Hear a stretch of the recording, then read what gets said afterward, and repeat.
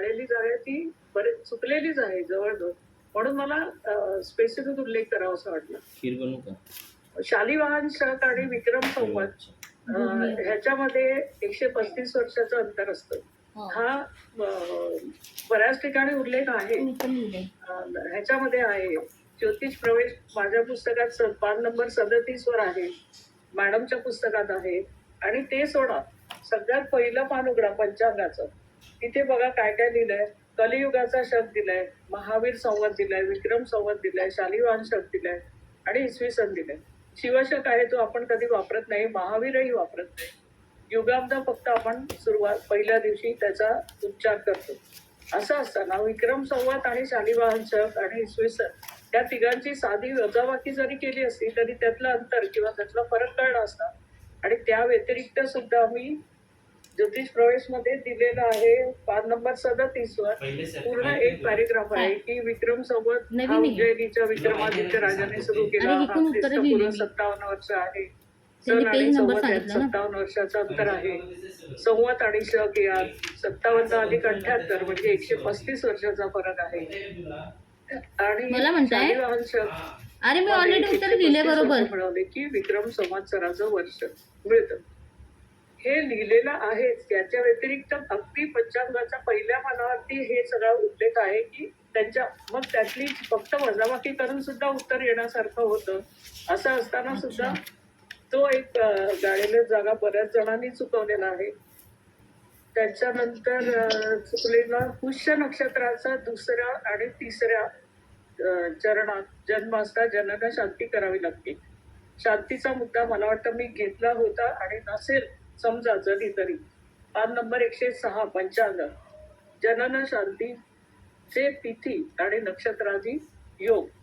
कुठल्या योगावरती किंवा कुठल्या नक्षत्रावरती जन्म असता जनन शांती करावी लागते हे मी वर्ग घेताना घेतलं होतं. आणि नसेल घेतलं किंवा त्यावेळी कोणी ऍबसेंट असेल तरी सुद्धा मी पुन्हा म्हणतो की आपण घेतलेल्या सिलेबसच्या बाहेर कुठेही प्रश्न विचारला नाही. मग कमीत कमी तुम्हाला बघून लिहायची सुविधा असताना हे साधे किंवा छोटे मुद्दे कसे काय चुकले त्याचं खरंच मला आश्चर्य वाटलं. पान नंबर 106 वरचा पहिलाच पॅरा आहे की जनन शांतीच्या तिथी आणि नक्षत्र योग कुठल्या कुठल्या तिथीवरती किंवा योगावरती किंवा नक्षत्रावरती जन्म असता जनन शांती करावी लागते. सगळ्यांनी पुन्हा एकदा वाचून घ्या. आणि म्हणून मी वारंवार सांगत असते की पान नंबर 8 आणि 9 ही तर खूप इम्पॉर्टंट आहेतच. आणि त्या व्यतिरिक्त ह्या मागच्या आणि पुढच्या जी माहिती असते पंचांगात त्याच्या संबंधीवरच प्रश्न होते. कुठलेही मनातला एकही प्रश्न घातला नव्हता. थोडासा तिरकी भाषा करून फक्त विचारला होता की पौर्णिमेला जन्म असलेल्या बालकाच्या जन्मकुंडली चंद्र त्याच्या नीच राशीत असेल तर 18वा. चंद्र नीच राशीत म्हणजे कुठल्या राशीत असेल? वृश्चिक. हा, मग ती वृश्चिक राशी. हा, आणि त्यात करून काय लिहिलं होतं की पौर्णिमेला जन्म. मग चंद्र जर वृश्चिक राशीत असेल तर रवी कुठे असेल? ऑपोजिट. बरोबर, वृषभेत असेल. मग वृषभ राशीत रवी केव्हा येतो? मे महिने.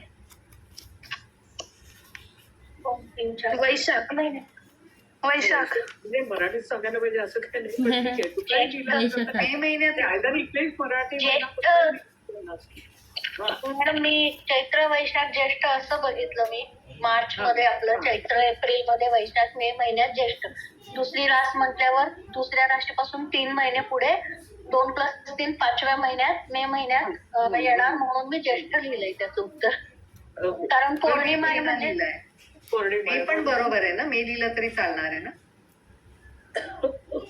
हो, कारण तो 14 तारखेला साधारणपणे रवी राशी पालट होतो.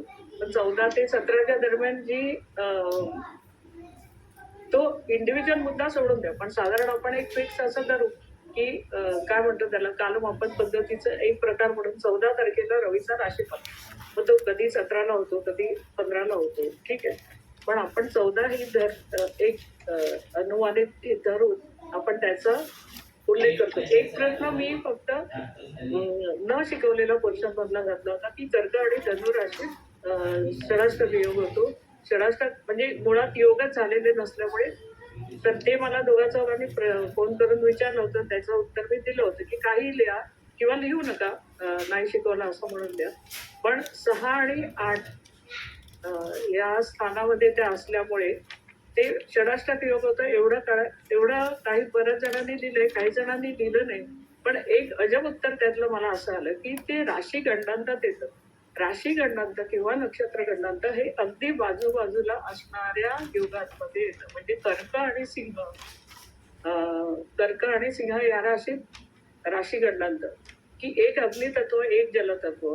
तर कर्क आणि धनु हे अतिशय म्हणजे एकमेकांपासून 6वी 8वी रास असताना तिथे गंडांत योग येतच नाही. आणि सगळ्यात थोडासा वाईट वाटलेला मुद्दा असा आहे की सगळं तुमच्या पुढ्यात असताना, तुम्हाला वाचून लिहिण्याची सुविधा असताना, त्या छोट्या छोट्या चुका ज्या तुमच्या समोर पुस्तकामध्ये आहेत त्या तुम्ही न वाचता म्हणजे ही उत्तरं अपेक्षित नव्हती. असं मी असं म्हणत नाही परफेक्ट सगळ्यांना यायला पाहिजे, पण थोडंसं पुस्तकं चाळली असती की आपल्याच अभ्यासाची आहे. आपण कुठलंही बाहेरचं हे घातलं नाही. काय त्या मकर राशीसाठी सुद्धा एक मुद्दा होता की काय ती मध्यामध्ये ही राशी आहे. हे तर त्या राशीशीलमध्ये आहे, सोबतीमध्ये आहे. शिवाय मी प्रत्येक राशी घेताना तो मुद्दा लिहिलेलाच आहे, कुठली ऱ्हस्व देईल, दीर्घ देईल वगैरे. आणि राशीशील मध्ये मी तुमच्यासाठी वाचताना माझ्या अगदी प्रकर्षाने इतकं छान लक्षात आलं. 1 2 3 4 5 6 म्हणजे ऱ्हस्व मध्यम दीर्घ आणि पुढे दीर्घ मध्यम ह्रस्व. इतकं सोपं उत्तर आहे त्याच्यामध्ये. पहिल्या 2 राशी ह्रस्व, मग मध्यम दीर्घ, कळलं. 5 आणि 6 दीर्घ राशी. तसंच उलट मग 6 7 8 दीर्घ, त्याच्या पुढच्या 2 7 8 झाल्यानंतर 9 10 या परत म्हणजे ह्रस्व मध्यम दीर्घ, दीर्घ मध्यम ह्रस्व. इतकं सोपं आहे. 2 2 2 प्रत्येक 2 राशीला हा क्रायटेरिया आहे. आणि हे तुम्ही राशीशील जो चार्ट आहे याच्यामध्ये सोबतीमध्ये, सोबती हे ना अक्षरशः नावाप्रमाणे सोबती आहे. तुम्ही कुठलाही नॉर्मली त्याच्यातलं कुठलंही पान उघडलं की तुम्हाला हे जी आपली चालू विषयाची जी माहिती आहे ना ती कुठे ना कुठेतरी मिळणारच आहे. अगदी लक्ष देऊन वाचा, सोबतीप्रमाणे त्याचा उपयोग करा, तुम्हाला नक्की प्रश्नाची उत्तरं मिळतील. तुम्हाला काही प्रश्न असेल तर विचारा, नाहीतर आपण आजचा पोर्शन सुरू करूया. बाकी सगळ्यांनी सुद्धा खरंच चांगले लिहिले पेपर. म्हणजे मुद्दा तो नव्हताच, पण हे जे छोटे छोटे प्रश्न होते आणि मुख्य म्हणजे नवमाश खूप जणांचा चुकला. त्याचा मला सिरियसली खूप आश्चर्य वाटलं की नवमाश कसं काय चुकले एवढे. म्हणजे खूप वेगळी वेगळी उत्तरं आलेत आणि त्याच्यामध्ये. आणि एकच थोडासा वेगळा हा होता की सर्व वायू तत्वाच्या राशी भौतिक राशी आहेत. हेही अनेक वेळा वेगवेगळ्या मार्गाने झाले नसताना सुद्धा तिथे काय 1 2 4 चुका आल्या. नंतर वडिलोपार्जित संपत्ती झालं, मुहूर्त झालं, कर्कधनु झालं, चुका बरोबर. मी नॉर्मली फक्त चुका लिहिले, तसं काही नाही. बाकी माहिती सगळ्यांनी व्यवस्थित लिहिली. आणखीन काय तर ग्रहाला असते तर मॅडम चुकी बरोबर मध्ये काही आहे का? चुकी बरोबर मध्ये एखाद दुसरंच आहे, म्हणजे खूप हार्डली विचार करण्यासारखं काय. महादशेचा क्रम एक चुकलाय तो. अश्विनी पासून सुरू होत नाही, जन्म नक्षत्रापासून सुरू होतो. महादशेचा क्रम जो आहे की ज्या व्यक्तीचा जातकाचा जन्म ज्या नक्षत्रात होतो त्या नक्षत्राच्या स्वामी ती दशा, ते लिहिलंय मी ते एक दोघांचं चुकलंय. कर्कधनु मध्ये वज्रयोग काही जणांनी लिहिलंय. वज्रयोग हा शिकवलाच नाहीये, तर मी म्हटलं हा कुठून आला. एक नंतर परंचन गतीचा मुद्दा सुद्धा मॅडमच्या पुस्तकात आहे. त्रिपद नक्षत्र आगामी वर्ष. ठीक आहे. बाकी म्हणजे विशेष सांगण्यासारखं काही नाही. जे काय 2-3 महत्वाचे मुद्दे होते ते मी सांगितले. बाकी पेपर चांगले आहेत, खरंच चांगले. आणि कंटिन्यू केलंच नाही. दोघा चौघांनी इतका त्रोटक लिहिला होता पेपर की तो म्हणजे तो पूर्ण नुसता कॉपी केला तरी किमान 8 पानं व्हायला पाहिजे. त्यांचा 2 ते 3 पानात तो पेपर संपला. पण अर्थात ते लोक पुढच्या ह्याला आलेच नाहीत सत्राला. प्राज्ञापर्यंतच त्यांनी संपवलं. त्यामुळे त्यांच्याबद्दल पूर्ण ते म्हणजे हे नाही असेल. माझा नवमांश चुकला म्हणजे मॅडम मी नवमांश शिकवताना दोन्ही शनिवारी नव्हते. त्यामुळे मला ते समजणं शक्यच नव्हतं आणि मुहूर्त चुकला आणि 18 म्हणजे पौर्णिमेला जन्मलेल्या बालकाचा ते एक चूक. ते एक मान्य होतं की कारण तो होता ट्रिकी एक क्वेश्चन पण हरकत नाही. वेगळासारखा होता. मे महिना मी ज्येष्ठ लिहिले. नाही ते एवढं काय माझं इंडिव्हिज्युअल लक्ष नाही. मी मेन काय कुठे चुका झाल्या तेवढं फक्त मुद्दे जे डिस्कस करायचे तेवढेच लिहून घेतले होते. आणि मॅडम एक धनुराशी जागा होती. षडाष्टक योग होतो हे मी लिहिलंय. कर्क आणि धनुराशीत प्रीती षडाष्टक होतो असं मी लिहिले आणि ते पंचांगात दिलेलं होतं. हो बरोबर आहे.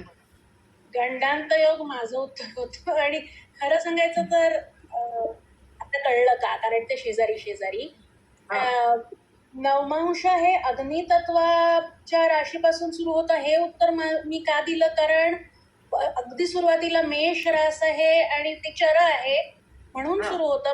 ती सगळ्याच 12 राशी मग तिकडून कंटिन्यू होतात असा काहीतरी विचार करून अग्नी तत्व असं उत्तर आलं. तसं नाही त्या तत्वाच्या त्या चर राशीपासून होतं एवढाच उल्लेख होता. प्रत्येक तिकडे तत्वाच्या बाजूला लिहून ठेवलंय मॅडम 1:09 1 असं मी तो खूप ठिकाणी अशा ना डायग्राम काढून उत्तर काय घेत. काही जणांनी सिरियसली खूप मस्त एक्सप्लेनेशन म्हणजे आन्सर जरी गाळलेल्या जागा असल्या तरी एक्सप्लेनेशन देऊन उत्तरं लिहिली. तेही मला आवडलं. काय हरकत नाही.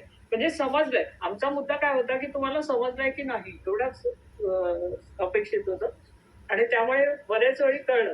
आणखीन दोघांची ही गोष्ट आवडली की चूक का बरोबर लिहिताना चूक काय ते लिहिलं त्या दोन्ही ऑप्शन जे आहेत की बरोबर कुठलं आणि चूक कुठलं ते दोन्ही लिहिले. तेही चांगला हे होता प्रयोग होता की चूक आहे तर ह्यातलं बरोबर दोन्ही वाक्य लिहिली होती. मी जनरली लिहिलंय मी. हो बरोबर. मी पण मॅडम एक गाळलेली जागा होती ते उत्तर फक्त बरोबर आहे की नाही कन्फर्म करायचं होतं. पृथ्वीच्या परांचर गतीमुळे संपात बिंदू दरवर्षी 50 विकला इतके अंतर. बरोबर. मला जरा शंका होती त्याच्याबद्दल. ठीक मॅडम आहे. पेपर पाठवताना फोटो काढले नव्हते त्यामुळे काय लिहिलं काही आठवतच नाही आता मी काढलेल्या जागा मात्र माझ्या मी झेरॉक्स कॉपी काढून ठेवली पाठवायच्या आधी त्यामुळे माझ्याकडे फुल कॉपी आहे. छान छान. माझ्याजवळ काहीच नाही रेकॉर्डेड त्याच्यामुळे काहीच कळत नाहीये. असू दे आता परत सोडवून पेपर म्हणजे फक्त मनात राहणार, काही हरकत नाही. मॅम? फक्त रिव्हिजन होईल बाकी तसं काय हे नाही. बिलकुल. मॅम आपण हे घेऊया वर्ग घेऊया असं करू. हो मी कर्क आणि धनुराशीत गजकेशरी योग होतो असं लिहिलंय. मला ते कळलंच नाही प्रश्न म्हणजे मी तर नवीन ब्लँकच ठेवलं. तो कसं काय लिहिलं म्हणजे मला हे अपेक्षित समोर लिहिलंय किंवा काय जो योग शिकवलाच नाही तो कुठून आला असं थोडंसं होतं. ठीक आहे. मी कोणाला सांगितलं होतं आज मला अश्विनी. Okay Ashwini good. आजचा सर्वांना नवीन वर्षाच्या शुभेच्छा 2 दिवसापूर्वीच्या. धन्यवाद मॅडम. ओके. तुम्हाला बिलेटेड हॅपी बर्थडे. हो थँक्यू.